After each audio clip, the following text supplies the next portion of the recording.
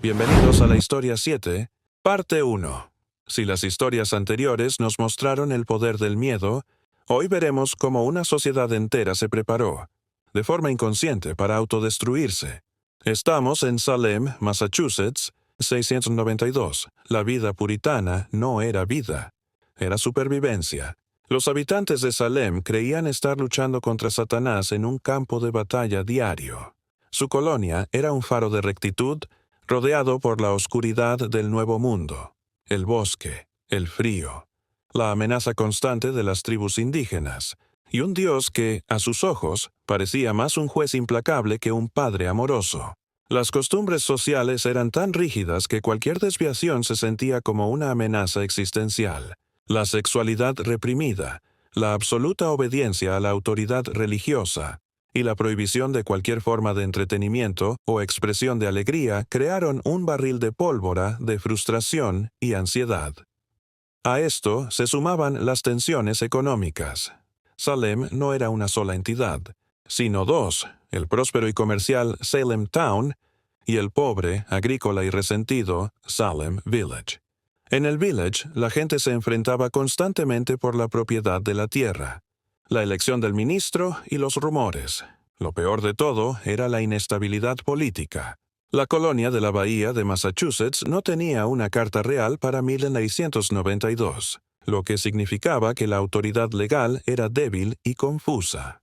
No había un gobierno firme, y los magistrados locales actuaban a menudo por miedo o conveniencia. Esta era la receta perfecta para el desastre. Una fe que veía al diablo detrás de cada árbol, un entorno hostil que generaba hambruna y guerra, y una sociedad dividida y sin leyes claras.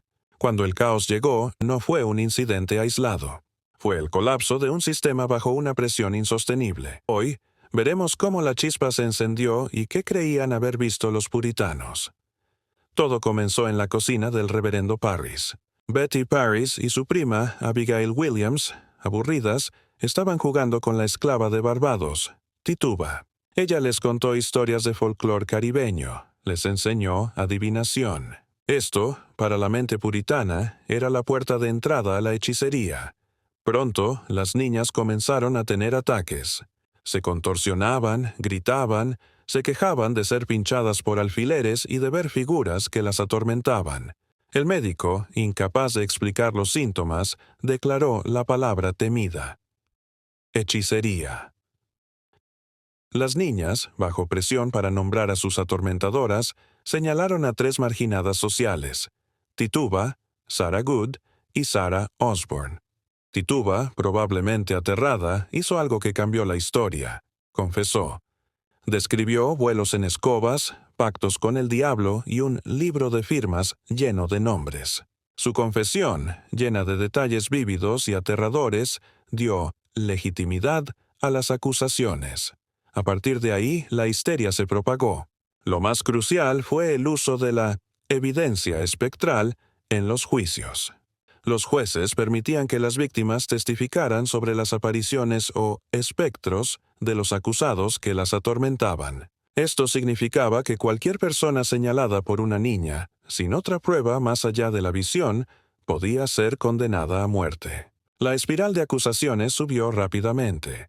En cuestión de meses, 20 personas fueron ejecutadas en la horca, incluyendo hombres, mujeres respetables y el reverendo George Burroughs. Este último fue un momento crucial. Incluso mientras estaba en la horca, recitó el Padre Nuestro perfectamente, un acto que supuestamente probaba su inocencia.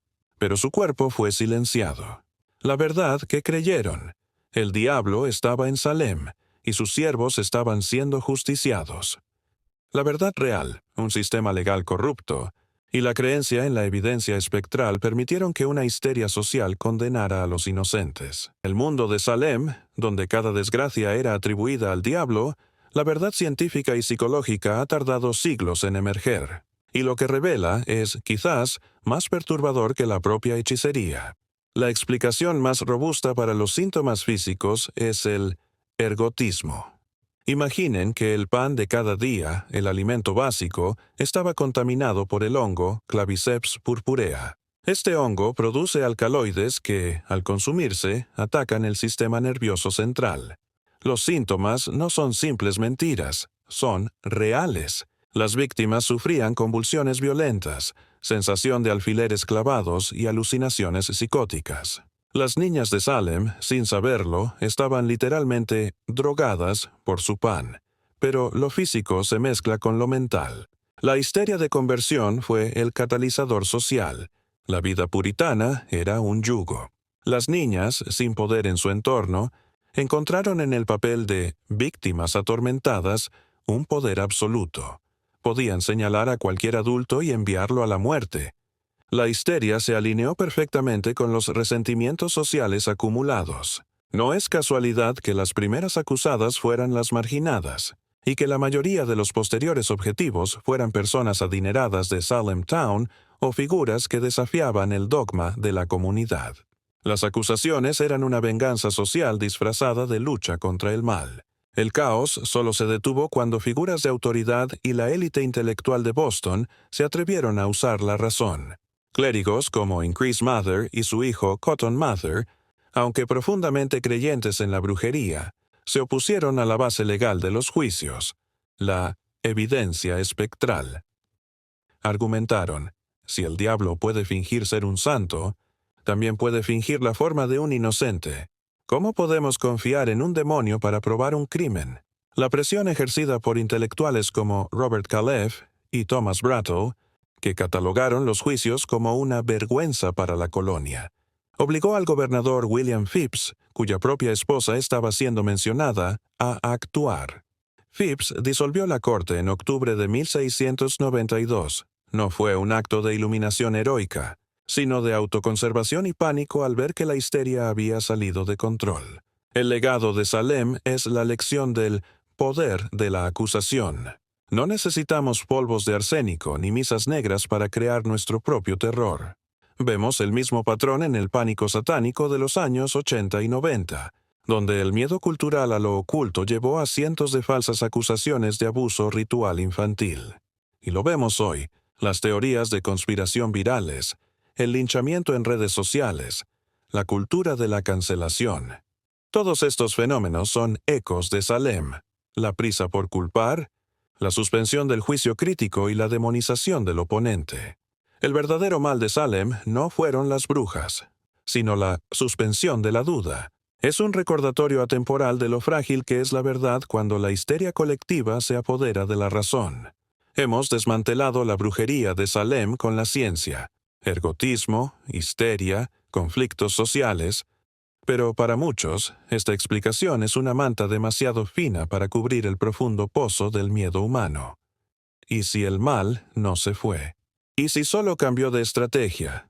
Para desafiar la lógica, les presento un caso moderno, uno que no encaja en la tesis del pan enmohecido ni en la histeria colectiva.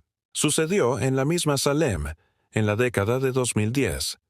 Sarah, una joven estudiante universitaria, trabajaba en el Museo de Historia de Salem.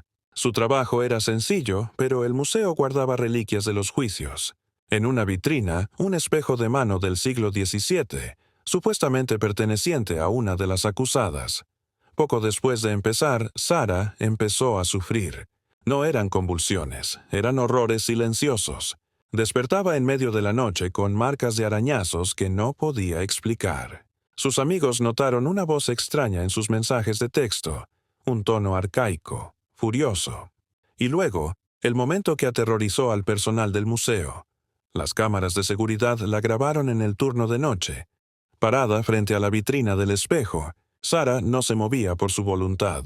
La grabación mostraba su cuerpo contorsionándose de manera imposible, doblándose hacia atrás, susurrando en una lengua que no era inglés, una plegaria desesperada.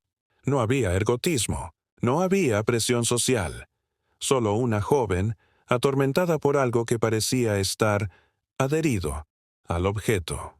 Un investigador paranormal consultado por el museo dictaminó que la joven no estaba poseída, sino que una entidad, probablemente el espectro de la bruja que usó el espejo, se había enganchado a ella, buscando venganza o liberación. El espejo fue sellado y retirado permanentemente. Sara se recuperó, pero nunca regresó a Salem. Los escépticos dirán que fue un brote psicótico tardío, un reflejo de la presión del lugar. Pero, ¿y si no? Si cerramos el expediente de Salem con un diagnóstico médico, perdemos la parte más fascinante de la historia. ¿Se detuvo el mal cuando el gobernador firmó una orden? ¿O es que el mal solo dejó de usar la evidencia espectral para ahora habitar en objetos olvidados, esperando al próximo contacto? Dejó el espejo en la caja y la respuesta en su cabeza.